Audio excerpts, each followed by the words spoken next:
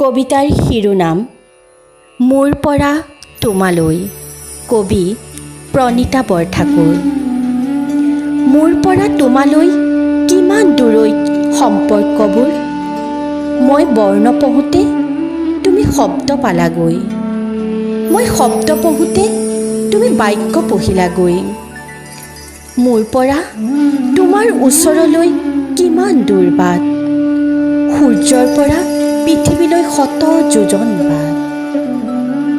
তুমি দিনৰ সহচৰ, মই নিশাৰ সহচৰ। বিপৰীতৰ দুটি আত্মাত থাকে জানো শৃংখলিত বাট? মই আউসীৰ জোন বিচাৰোঁ, তুমি পূৰ্ণিমাৰ জোনক কোৱা সুখৰ বাট কিমান যে মধুৰ।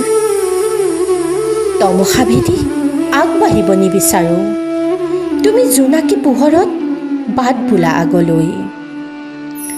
মোৰ পৰা তোমালৈ কিমান দূৰৈত অনুভৱে ঠাউনি পাতে, বাৰিষাৰ টোপাল পিতা বৰষুণত মই তৰাৰ দেশ বিচাৰোঁ, তুমি বিচাৰা শব্দৰ কাৰেংঘৰ। মোৰ পৰা তোমালৈ বৰ্ণৰো অভাৱ, তোমাৰ পৰা মোলৈ বাক্যৰে উপচাই তোলা। নাতি দূৰৈত তুমি চাই আছা সেউজীয়া পাহাৰটোলৈ, মই আকাশখনলৈ চাই আছোঁ।